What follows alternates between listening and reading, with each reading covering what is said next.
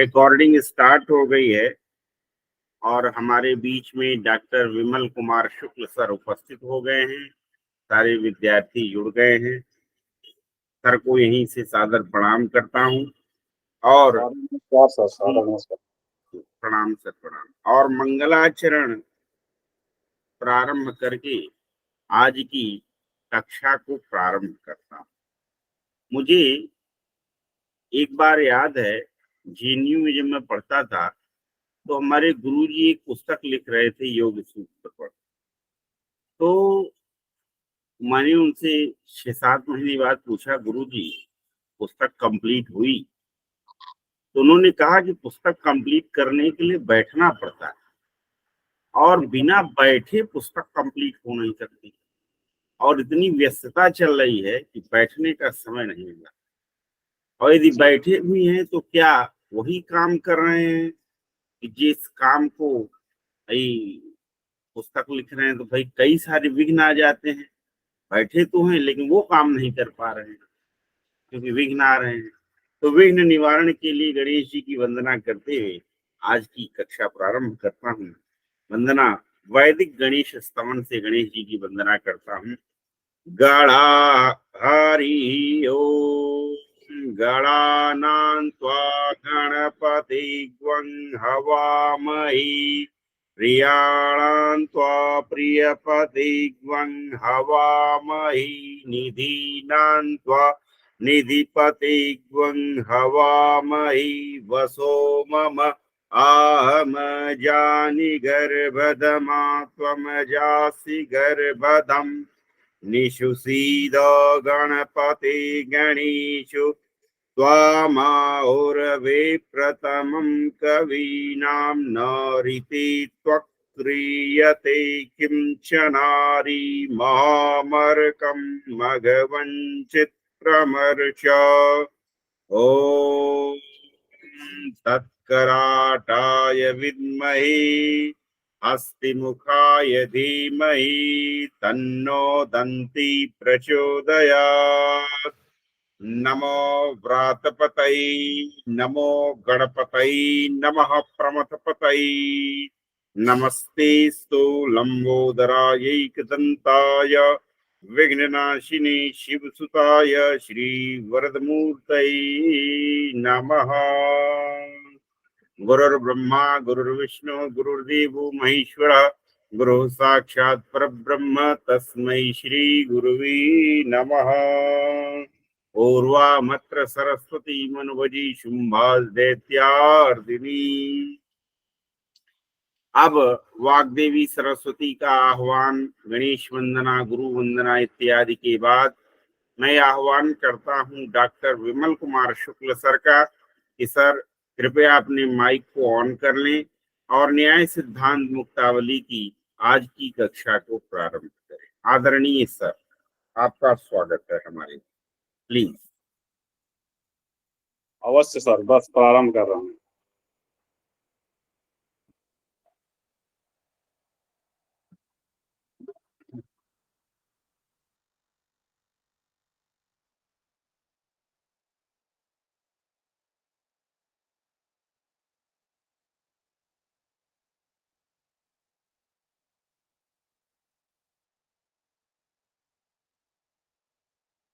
विद्या एवं वाणी की अधिष्ठात्री देवी वीणा पाणी भगवती मां सरस्वती के श्री चरणों में सादर नमन करते हुए,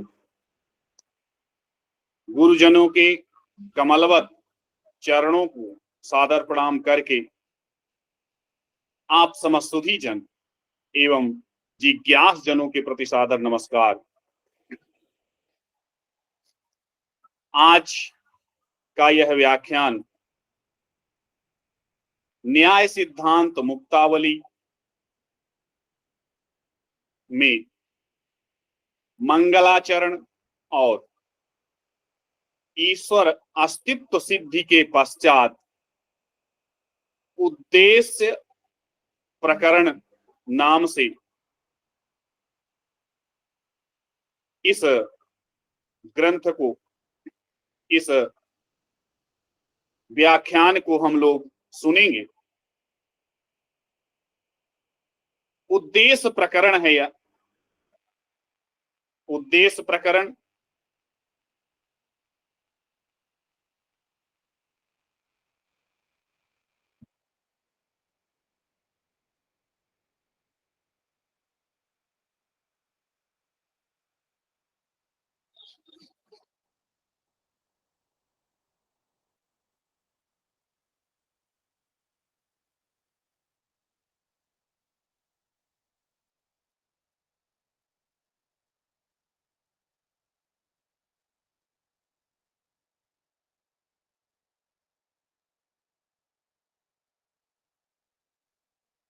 तो किसी भी शास्त्र को पढ़ने के लिए सर्वप्रथम उस शास्त्र की क्या प्रवृत्ति है, इस विषय पर चर्चा करते हैं, पहले जानते हैं। आप लोगों ने तर्क भाषा नामक ग्रंथ को पढ़ा है, तर्क संग्रह नामक ग्रंथ को पढ़ा है। इन दोनों ग्रंथों में, तर्क संग्रह में तो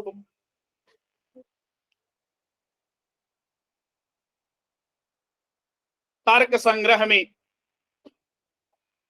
तो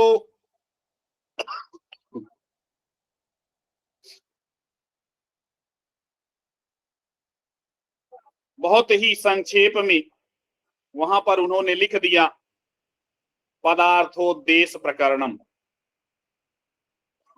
लेकिन यहां पर जो तर्क भाषा है उस पे लिखा गया किसी भी शास्त्र की त्रिविध प्रवृत्ति होती है। उद्देश्य लक्षणम परीक्षा चेति। यह जो कल हम लोगों ने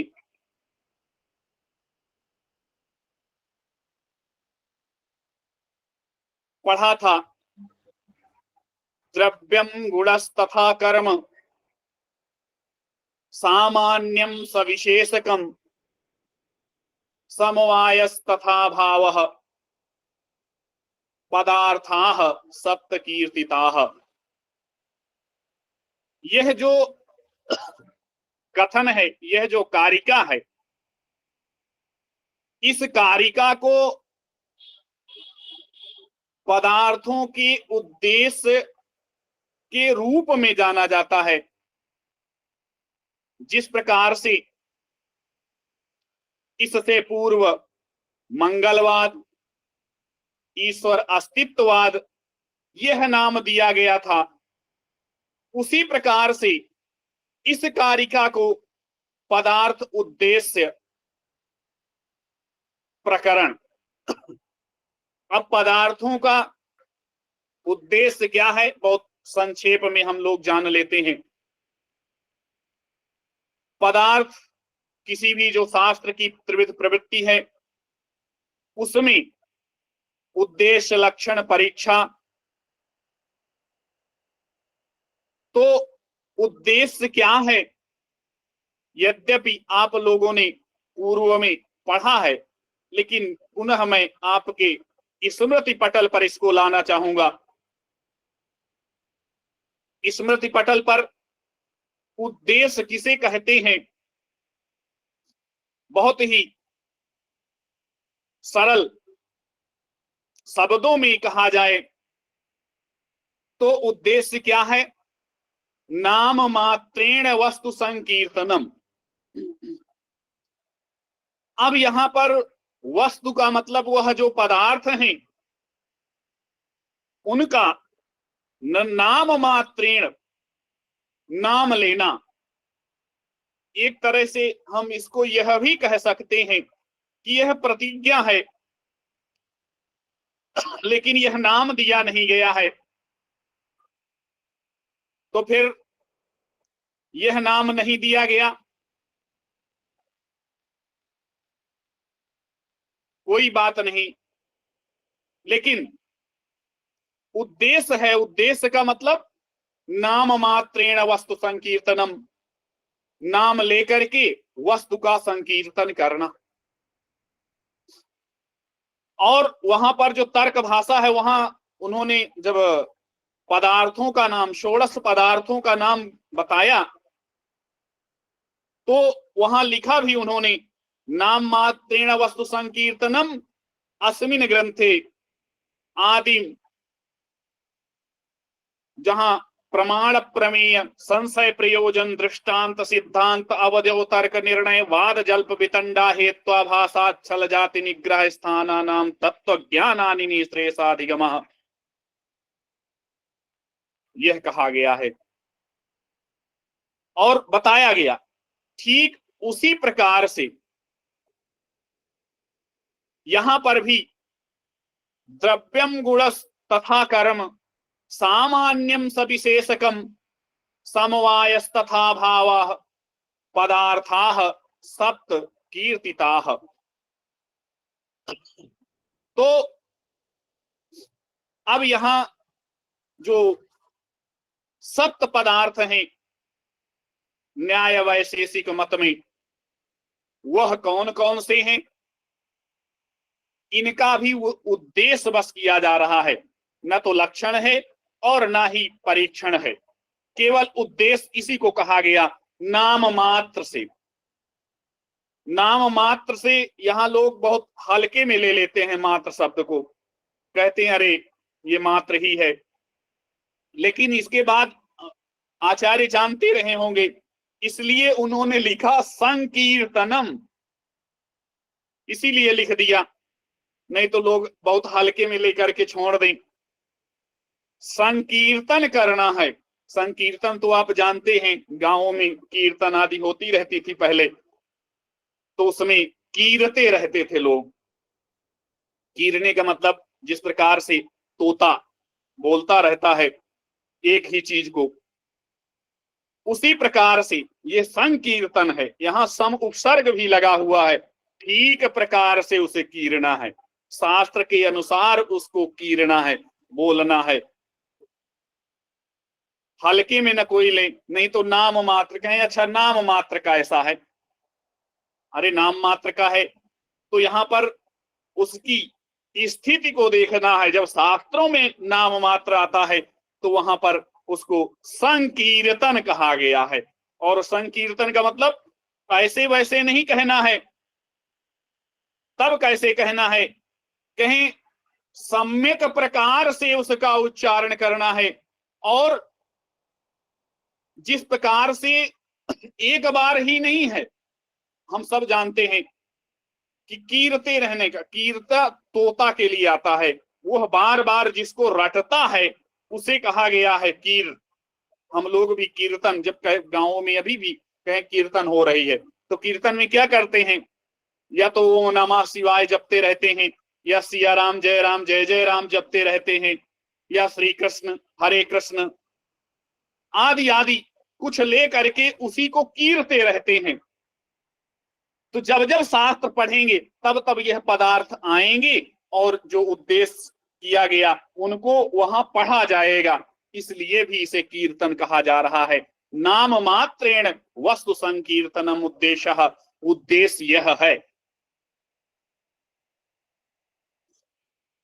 इसके बाद लक्षण, लक्षणम तो असाधारण धर्म कथनम, प्रत्येक वस्तु का एक असाधारण धर्म है। जैसे कि गंधवती पृथ्वी, पृथ्वी में ही गंध है, इसके अतिरिक्त और किसी में गंध नहीं होती है।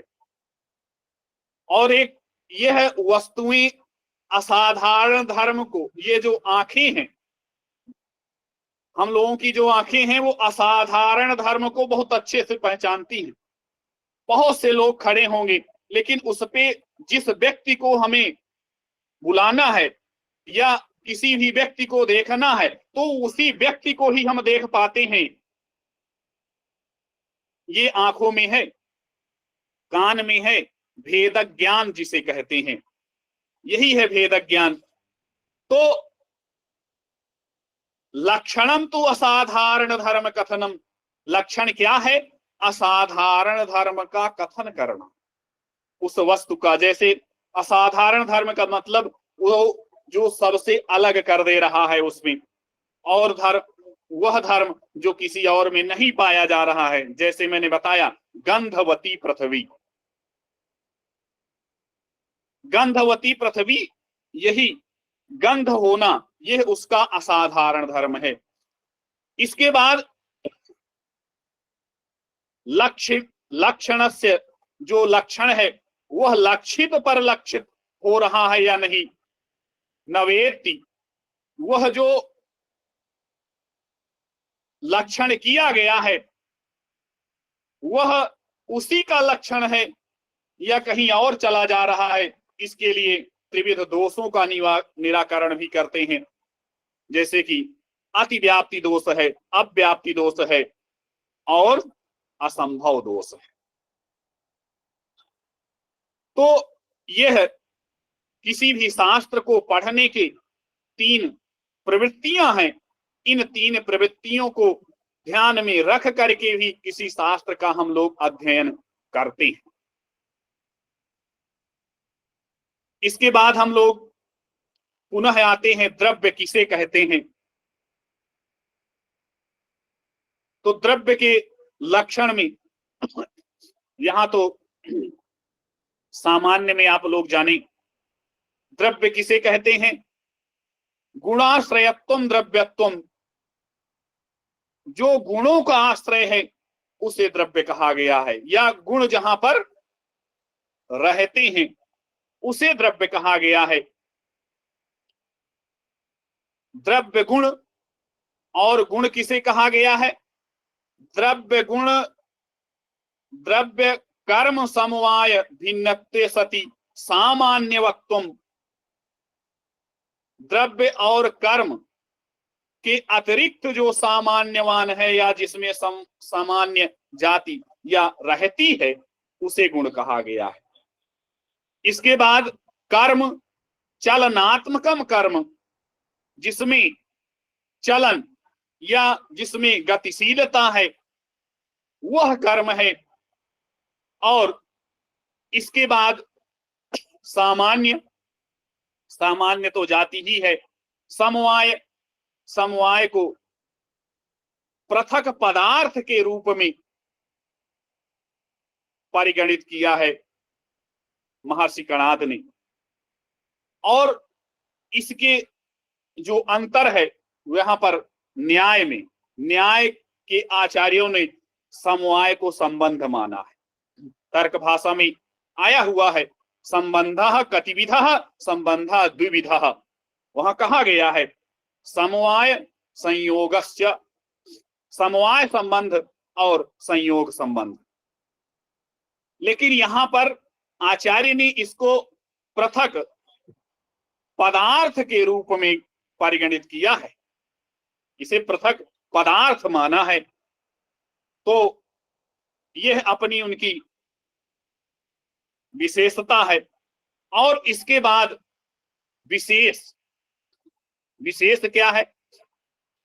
विशेष नामक पदार्थ को मानने के कारण ही यह जो महर्षि कणाद का दर्शन है उसे वैशेषिक कहा गया है। वैशेषिक इसीलिए कहा गया विशेषकम विशेषम अस्ति यस्य अस्मिनिति। तो जहां विशेष है,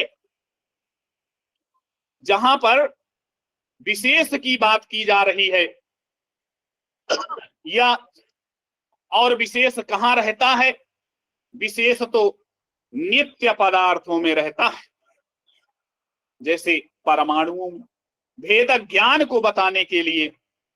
तो इस तरह से विशेष एक पृथक पदार्थ है जिसको महर्षि कणाद के द्वारा स्वीकार किया गया, और इसी कारण से इसे वैशेषिक भी कहा गया। इसके बाद अभाव, जहां पर नए शब्द से या नकारात्मकता की बात की जा रही है या उसके न होने की बात की जा रही है, वह अभाव है। संबंधित प्रकरण में इनको हम लोग विस्तार से पढ़ेंगे। यह तो सामान्य परिचय था जो इसमें आया हुआ। द्रव्य गुण, द्रव्यम गुणस्तथा कर्म सामान्यम सविशेषकम समवायस्तथा भाव पदार्थाः सप्त कीर्तिताः, यह जो कहा गया यहाँ पर सविशेषकम, सविशेषकम, अभी प्रश्न आ जाता है इसी पर। आचार्य मुझे लग रहा है इसी पर प्रश्न पूछने ही वाले थे कि विशेष से काम नहीं चल रहा है तो इन सविशेषकम क्यों कह दिया। तो विशेष सहित, विशेष के सहित जो है वह तो विशेष ही है, और सविशेष ही सविशेषक है। और सविशेषक, यह जो विशेष नामक पृथक पदार्थ है वह यहाँ पर सविशेषकम क्यों कहा, क्योंकि विशेष जो है वह नित्य पदार्थों में पाया जाता है। जितने भी नित्य पदार्थ हैं उन सब में विशेष है, तो विशेषेण सहित, विशेष से युक्त है, इसलिए भी यहां पर सविशेष यह जो पद है प्रयोग किया गया है। क्योंकि जो परमाणु है उनमें परस्पर भेद साधकत्व रूप जो विशेष है वह विशिष्ट विशेष ही होगा। तात्पर्य कि इसको जो परमाणु है वह कौन किसका परमाणु है यह किससे पता चलेगा। इसीलिए नित्य द्रव्य वृत्तयो विशेषता व्यावर्तका, जो विशेष हैं वो व्यावर्तक भी हैं, और यह रहते कहाँ हैं, कहें नित्य द्रव्यों में रहते हैं। इनकी विद्यमानता नित्य द्रव्यों में है। तो यह कारिका का सामान्य परिचय था भी। अब इसके बाद हम लोगों को जो पढ़ना है, यहाँ क्या पढ़ना है, कुछ सविशेष जितने भी पदार्थों का वर्णन आचार्य ने किया उन नित्य पदार्थों में, जिसे हम लोग कह सकते हैं परमाणुओं में, विशेष की विद्यमानता होती है। इसीलिए विशेषेण सहित पदार्थ, यह अर्थ लेंगे तो और स्पष्ट हो जाएगा। अभी किसी बच्ची ने प्रश्न किया है, उस प्रश्न के उत्तर में मैं यह बोल रहा हूं कि सविशेष विशेषेण सहित, विशेष के सहित जो है, विशेष के साथ जो है, विशेष सभी नित्य पदार्थों परमाणुओं में विद्यमान है, इसलिए सविशेष यहां कहा गया। इसके बाद शास्त्रकार जो हैं आचार्य विश्वनाथ पंचानन भट्टाचार्य जी, उन्होंने इसको समझाने के लिए कि यह जो कारिका है उस कारिका के तो यह जो सप्त पदार्थ हैं वह तो हैं ही, यही सप्त पदार्थ हैं जिनको हमें पढ़ना है इस न्याय सिद्धांत मुक्तावली। अब इसके बाद यहां पर एक प्रश्न आया। क्या प्रश्न है? प्रश्न यह है कि यह जो 6 पदार्थ हैं उनको भाव क्यों नहीं कहा गया है? भाई यहां पर अभाव का प्रयोग किसी विशेष प्रयोजन से भी हुआ, तो यहां आचार्य या पूर्व पक्ष जो है वह यह कह रहा है कि यहां इनको भाव कहना चाहिए था। किनको भाव कहना चाहिए था? कहें द्रव्य गुण कर्म सामान्य विशेष समवाय, इनको भाव, ये जो 6 पदार्थ हैं, इन्हें भाव क्यों नहीं कहा गया? अत्र सप्तमस्या भावत्व कथनादेव शरणाम भावत्वं प्राप्तम तेन भावत्वेन पृथक उपन्यासो न कृतः। यहां आचार्य ने यह बताया कि मैंने भाव शब्द का प्रयोग क्यों नहीं किया। इस पंक्ति से उन्होंने यही बताया, क्योंकि पूर्व पक्ष ने यह कहा होगा कि आप भाई अभाव कह रहे हैं तो फिर इनको भाव आपको कहना चाहिए था। तो कहें कि देखिए यहां पर यह जो 7 पदार्थ हैं जिनको मैं अभी ऊपर की कारिका में बताया, उसमें एक पदार्थ अभाव भी है। अब अभाव का कथन हो गया,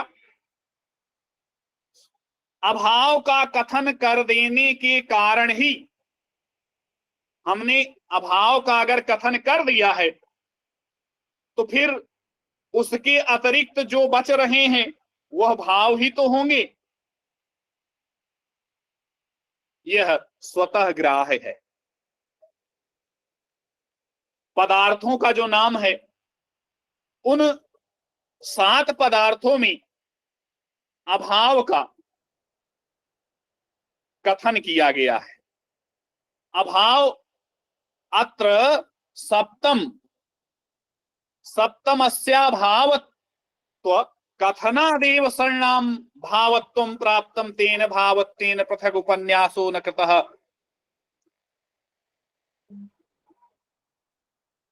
हमने जो 7 पदार्थ बताए, उन 7 पदार्थों में जो 7वां पदार्थ है वह क्या है? अभाव है। 7 पदार्थों में 7वां पदार्थ अभाव है। और यह कहने से क्यों हमने यहां 7वें पदार्थ को अभाव के रूप में बताया, उसको बता रहे हैं। कह रहे हैं यह 7वें पदार्थ के रूप में अभाव को बताने का प्रयोजन यही है कि जो 6 पदार्थ हैं शरणाम भावत्वम, वह स्वतः ही भाव रूप हो जाते हैं। उन्हें पृथक से यह कहने की आवश्यकता नहीं है कि यह भाव है। इसीलिए मेरे द्वारा यहां पर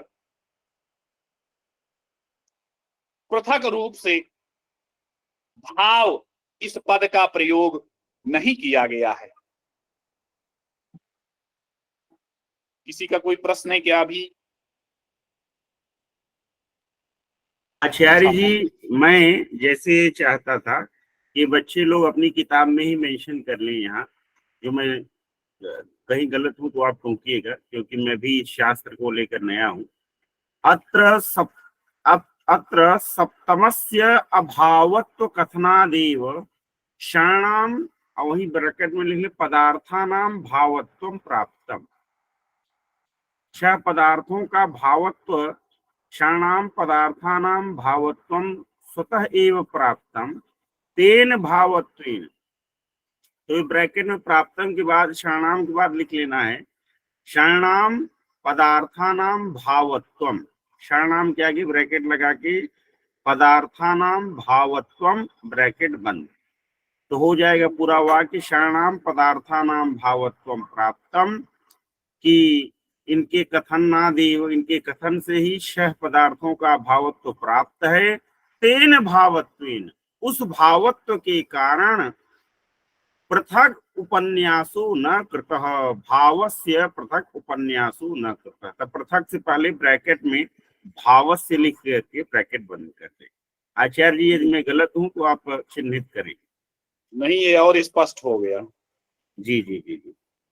बहुत धन्यवाद आपको।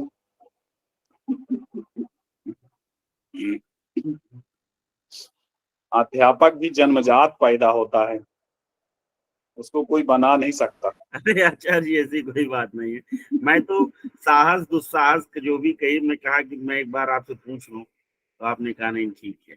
नहीं नहीं, ये स्पष्ट हो गया। और भी जिन किताब में लोगों को, मेंशन कर। क्योंकि संणाम पदार्थानाम, जी जी जी जी। वो यह महर्षि पाणिनि का एक सूत्र जो संज्ञा प्रकरण में हम लोग हमेशा पढ़ते हैं कि सूत्रेष्व दृष्टम पदम सूत्रांतराद अनुवर्तनीयम सर्वत्र। कि सूत्र में जो अदृष्ट पद है, उस अदृष्ट पद को अन्य जगह से जो है उसका अध्याहार कर लेना चाहिए। तो एक किताब में मेंशन किए रहेंगे, जीवन भर इनको तो किताब साथ रहेगी, इसलिए मैंने कहा हाँ थैंक हाँ। और वैसे आचार्य विश्वनाथ पंचानन भट्टाचार्य यह समझ रहे होंगे कि जो अध्येता गण है वो इसको समझ रहे हैं, इसीलिए उन्होंने और लिखा नहीं। क्योंकि सरनाम कहने से ही यहाँ गृहीत हो रहा है 7 पदार्थ, ओ सॉरी 6 पदार्थ। लेकिन जो विद्यार्थी हैं उनको और स्पष्टता चाहिए, जो आपने अच्छा कर दिया इसको। बाकी तो शास्त्र को पढ़ने वाले लोग तो समझते ही हैं। तो क्यों पृथक रूप से 6 पदार्थों को भाव नहीं कहा गया, यह स्पष्ट हो गया होगा। क्योंकि आचार्य विश्वनाथ ने 7वां जो पदार्थ है अभाव, उसको बता दिया है। और उसके कथन से ही, अभाव का कथन कर देने से ही यह बात स्पष्ट हो गई कि यह जो 6 पदार्थ हैं वो भाव हैं, भाव रूप हैं, उनकी प्राप्ति है, वह अभाव रूप नहीं है। ये स्पष्ट हो गया होगा। अगर फिर भी किसी को संदेह है तो निश्चित रूप से वह अपनी इस शंका का समाधान पाने के लिए स्वतंत्र है। इसके बाद आगे है एतेचा पदार्था वैशेषिके प्रसिद्धा नैयायिका नामप्य विरुद्धा। अब न्याय और वैशेषिक, एक चीज हमेशा जानते रहिएगा कि यह जो 2 संप्रदाय हुए उसका कारण भेद है, दोनों में भेद है। जैसे अभी मैंने बताया कि समवाय को जो न्याय है वह संबंध मानता है, वैशेषिक इसको पदार्थ के रूप में परिगणित। तो यह भेद है। इसीलिए यहां पर आप इसको कैसे समझेंगे, इसके लिए एते शब्द से यह जो 7 पदार्थ यहां बताए गए हैं, जिनको यहां पढ़ा गया है, जिनका उद्देश्य किया गया है, वह पदार्थ वैशेषिके प्रसिद्धा। वैशेषिके, वैशेषिक जो दर्शन है, वैशेषिक जो मत है, उसमें प्रसिद्ध है। अब यह आप कह सकते हैं कि जो वैशेषिक प्रशस्त पाद भाष्य है वहां पर तो 6 पदार्थों को बताया गया है। तो यह अंतर है नव्य न्याय में, नव्य वैशेषिक में। वहां पर उन्होंने भाव से भाव पदार्थों को बता दिया, इससे अभाव का स्वतः गृहीत हुआ। जो भाव नहीं होगा वह अभाव ही होगा। वह यह समझते रहे होंगे, ऐसी प्रतीति हो रही है। क्योंकि प्रशस्तपाद भाष्य में आचार्य ने लिखा है सर्वनाम पदार्थानाम साधर्म भय धर्म्यात्, ये कहा है।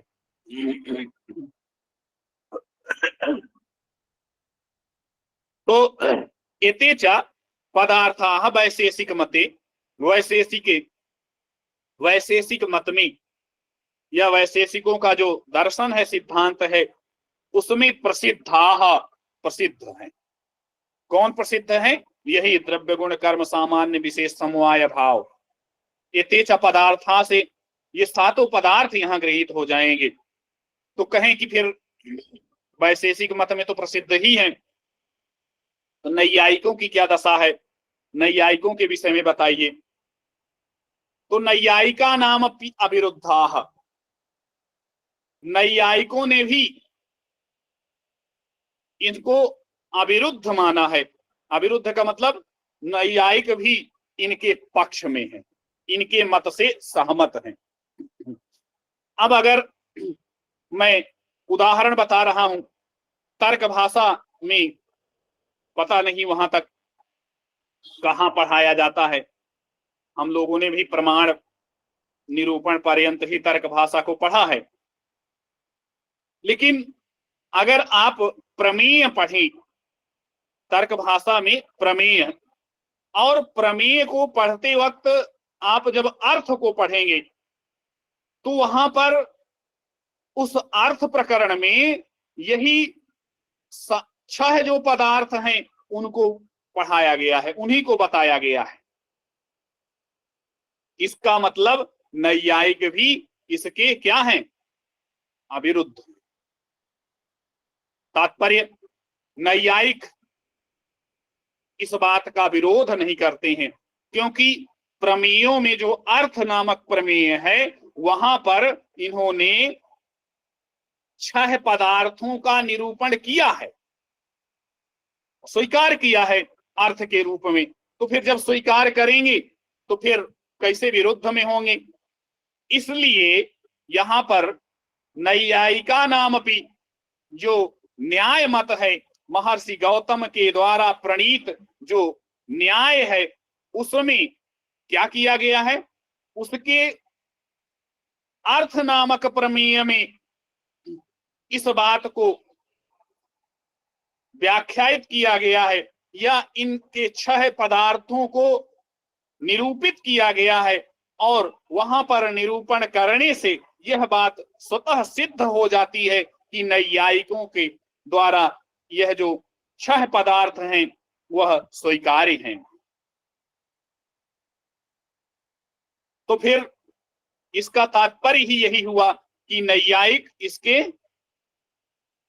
समर्थन में है।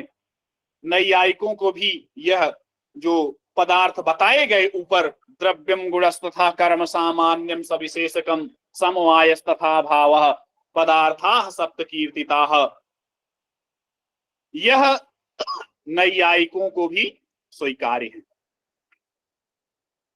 यहां पर अगर यह बात स्पष्ट न करते आचार्य तो निश्चित रूप से लोगों को यह भ्रम होता, लोग यह समझते कि उनके पदार्थ तो अलग हैं, इनके पदार्थ अलग हैं, हो सकता है यह इनके पदार्थों को न स्वीकार करते हो। तो ऐसा नहीं है, नैयायिक भी इनके द्वारा बताए गए इन पदार्थों को स्वीकार करते हैं। और यह बात कैसे सिद्ध होगी कि स्वीकार करते हैं कि नहीं? भाई, नैयायिकों के मत में यह मत स्वीकार है कि नहीं, यह तो यहां स्पष्ट किया गया, तर्क भाषा में लिखा हुआ है।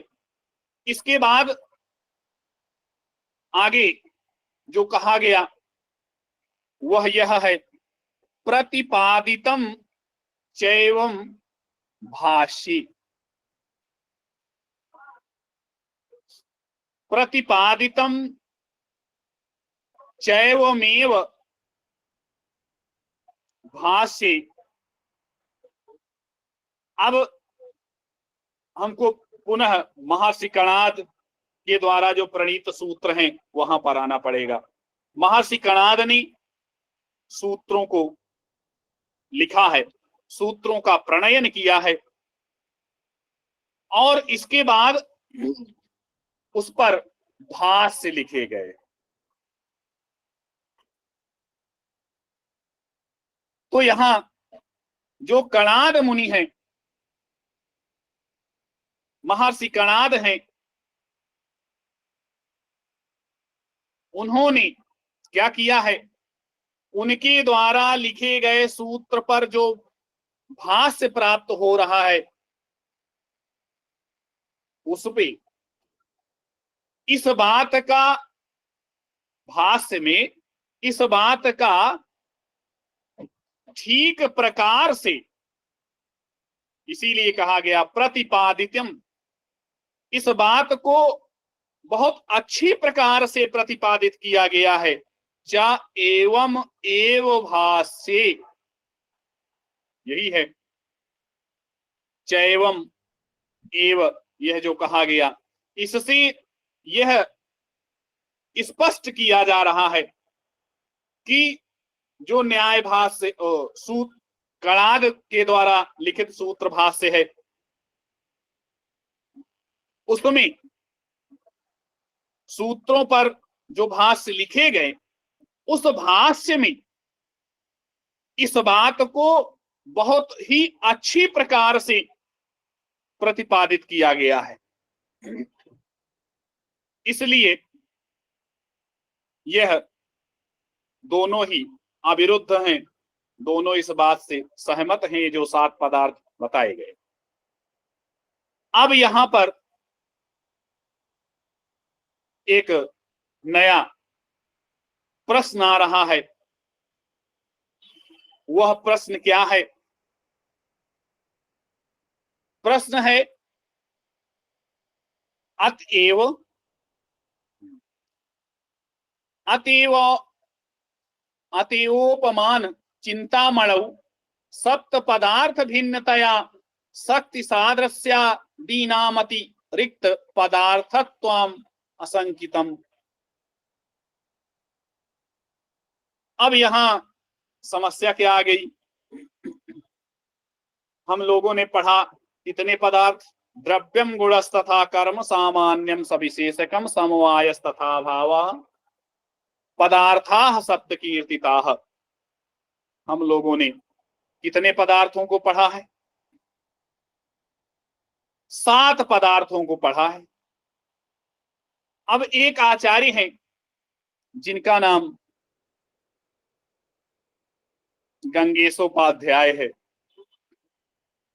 यद्यपि ये नाम यहां प्राप्त नहीं है, लेकिन उनके कृत कार्य से चिंतामणि नामक ग्रंथ का उल्लेख होने से हम यह समझते हैं कि गंगेशोपाध्याय उपस्थित हैं। इसीलिए जो यश रूपी शरीर है वो हमेशा विद्यमान रहता है। इस प्रकार की महनी कृतियां हमेशा उस व्यक्ति को प्रस्तुत करती रहती हैं, प्रकट करती रहती हैं। यहां आचार्य गंगेशोपाध्याय ने चिंतामणि नामक ग्रंथ लिखा है और उसमें एक खंड है जिसे उपमान खंड कहा गया है।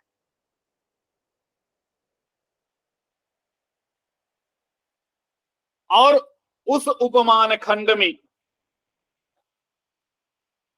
पहले तो यह जान लें कि गंगेशोपाध्याय क्या है। गंगेशोपाध्याय नैयायिक हैं और नव्य न्याय के प्रवर्तक आचार्य हैं और उन्होंने यह उपमान जो खंड है उसमें शक्ति और सादृश्य नामक अतिरिक्त जो पदार्थ माने गए, किनके द्वारा? शक्ति और सादृश्य नामक अतिरिक्त पदार्थ कौन मान रहा है? यह जो प्रभाकर मीमांसक हैं।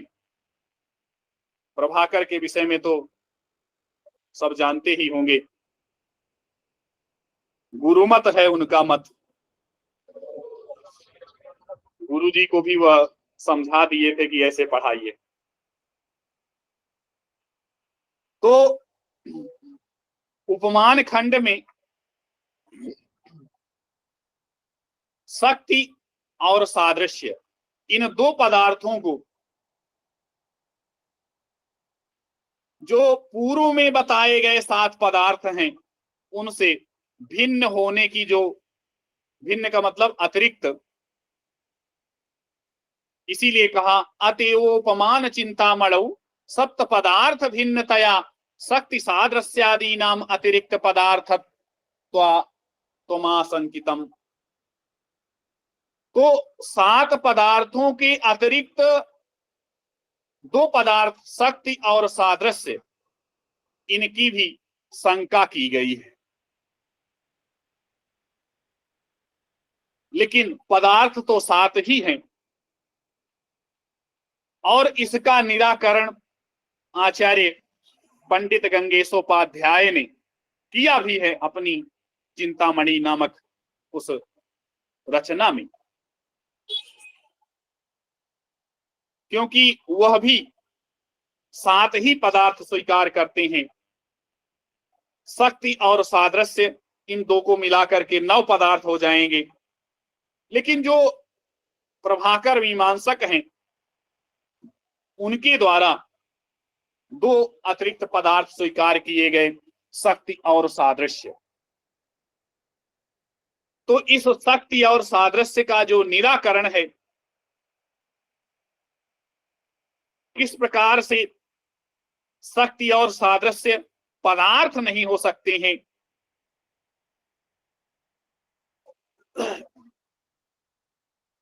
इस विषय को या इस प्रकार की जो संभावना है, इसका निराकरण, इस प्रकार की जो शंका है उसका निराकरण हम लोग कल के व्याख्यान में करेंगे। आज का जो व्याख्यान है वो इसी शंका के साथ यहीं पर पूर्ण होगा, क्योंकि शंका बनी रहेगी तो हो सकता है जिन लोगों का ध्यान इस पर होगा वो निश्चित रूप से इस पर चिंतन भी करेंगे कि क्यों ऐसा हो रहा है। मैंने कल भी बताया था कि बिना प्रश्न के उत्तर को समझ पाना, पहले प्रश्न समझना है फिर इसके बाद उत्तर समझेंगे। तो प्रश्न यह है कि 7 पदार्थ के अतिरिक्त 2 पदार्थ और हैं, और वह कौन है? शक्ति और सादृश्य।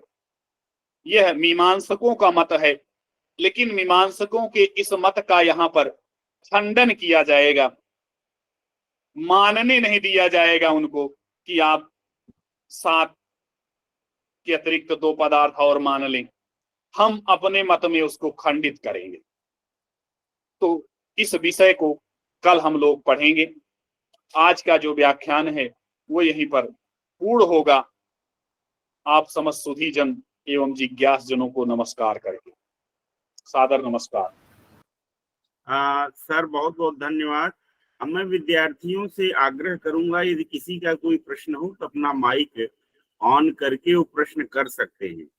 ऐसा नहीं है कि वन वे कन्वर्सेशन चल रहा है और आप लोग कुछ पूछना चाहें आपकी आवाज दबा दी जाएगी, ऐसा कुछ नहीं है। ये ओपन क्लासरूम है और सर का व्याख्यान संपन्न हो गया है। If anybody wants to ask any question he और शी कैन डू। किसी को कुछ पूछना हो तो अपना माइक ऑन करके पूछ सकते हैं। 5 मिनट का क्वेश्चन आंसर सेशन हम मान लेंगे। किसी को कुछ पूछना हो तो निसंकोच भाव से। अच्छा सर, मैं हमेशा अपने विद्यार्थियों को क्लासेस में ही बोलता हूँ कि जब संसद भवन में मैं देखता हूँ कि कई लोग, इवन की जो चीफ मिनिस्टर और फलाना ढेकाना की पोस्ट पर बैठे रहते हैं, वो भी उनको विधानसभा में देखता हूँ कि छुटका लेके बोलते हैं और बोलते समय भी कॉन्फिडेंस नहीं रहता है।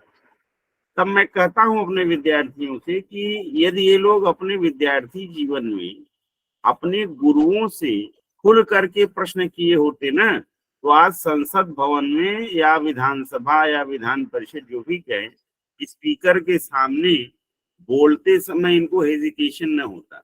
ठीक है, तो इसलिए सारे विद्यार्थी हम तो उनको वो करते रहते हैं कि नहीं नहीं आप क्वेश्चन करिए, आप क्वेश्चन करिए, इससे आपका हेजिटेशन भी वो होगा, वो होगा तो मतलब समाप्त होगा।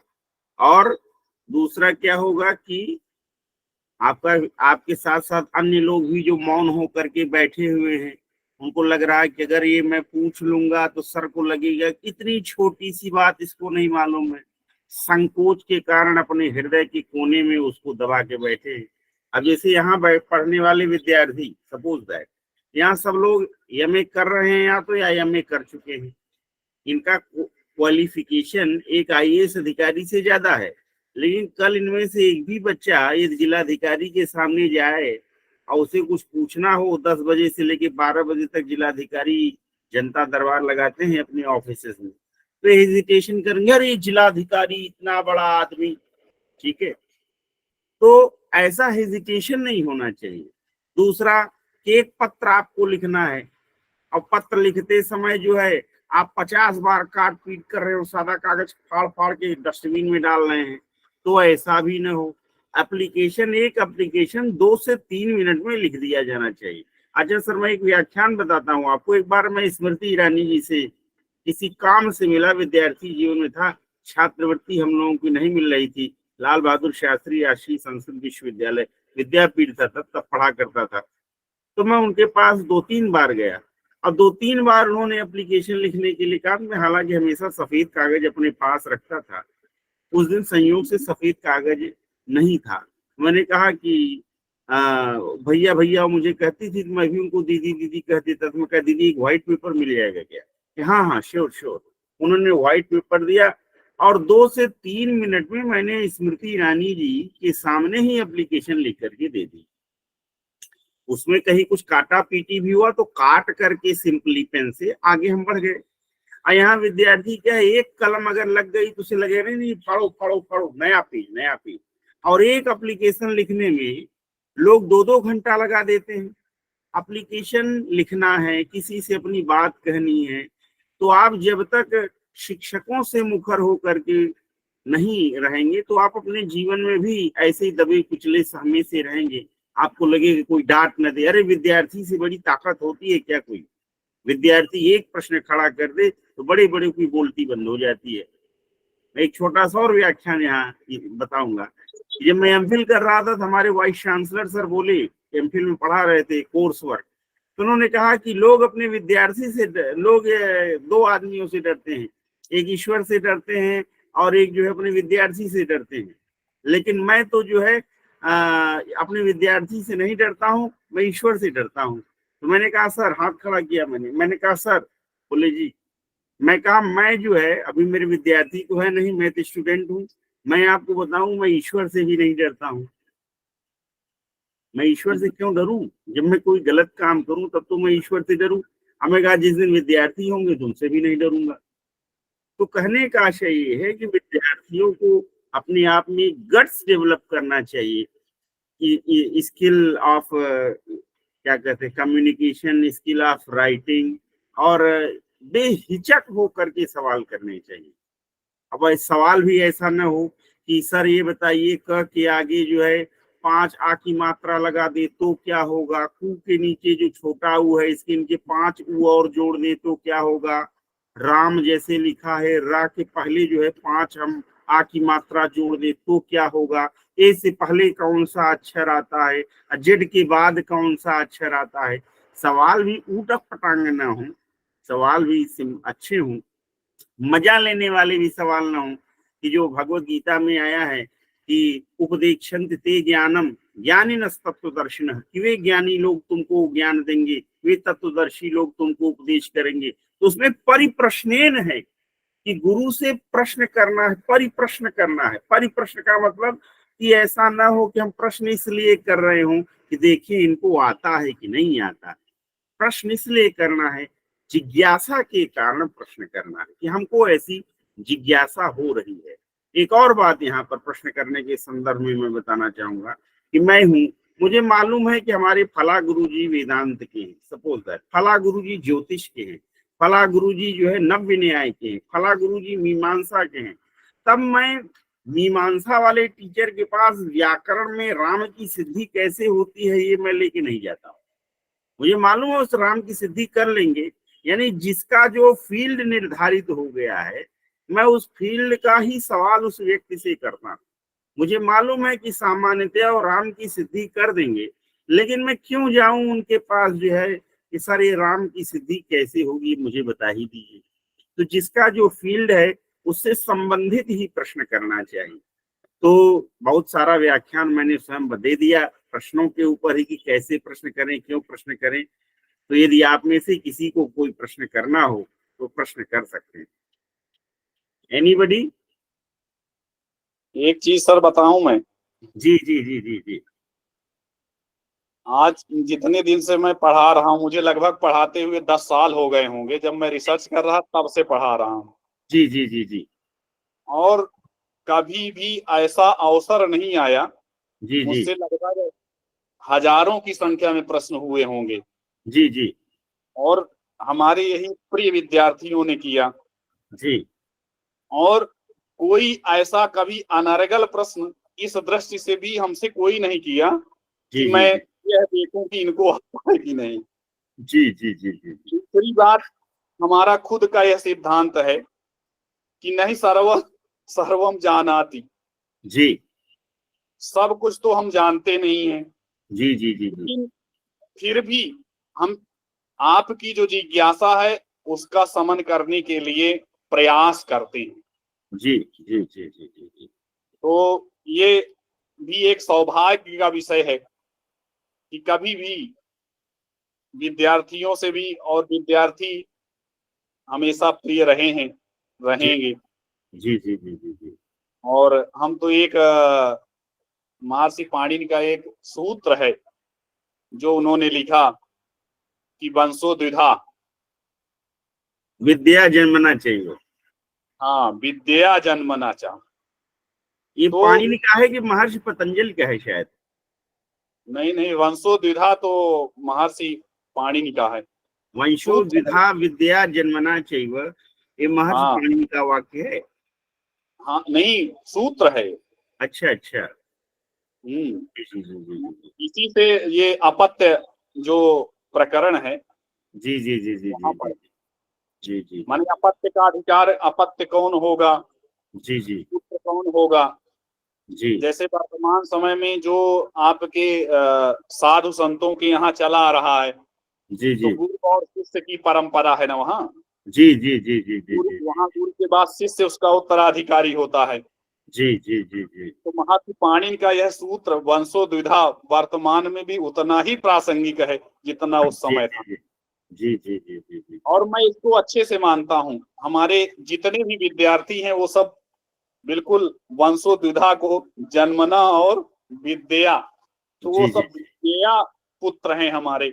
जी जी पुत्र जी का मतलब संतान जिसे कहेंगे, नहीं तो अन्यथा न समझे, नहीं पुत्रियां जो हैं वो ये कहने लगे अरे पुत्र, और ऐसी भावना नहीं है। जी जी जी जी जी जी जी जी।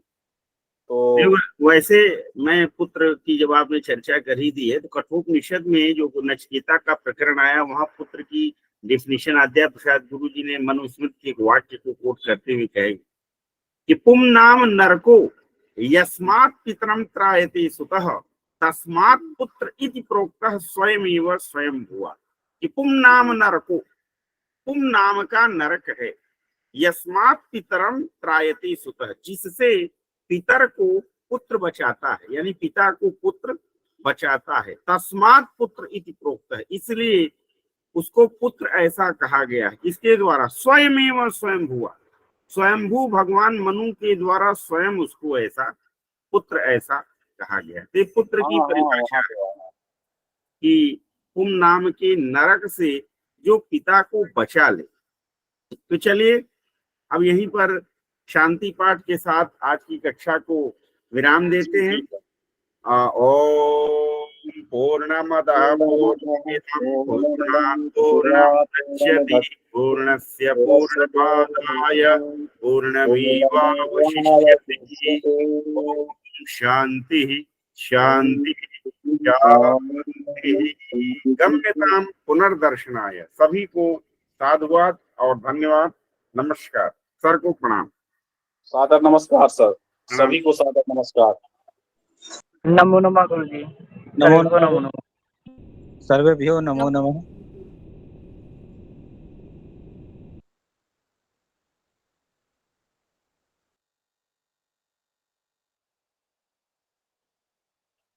आपका कोई प्रश्न है क्या? अंगद जी, क्या नाम है?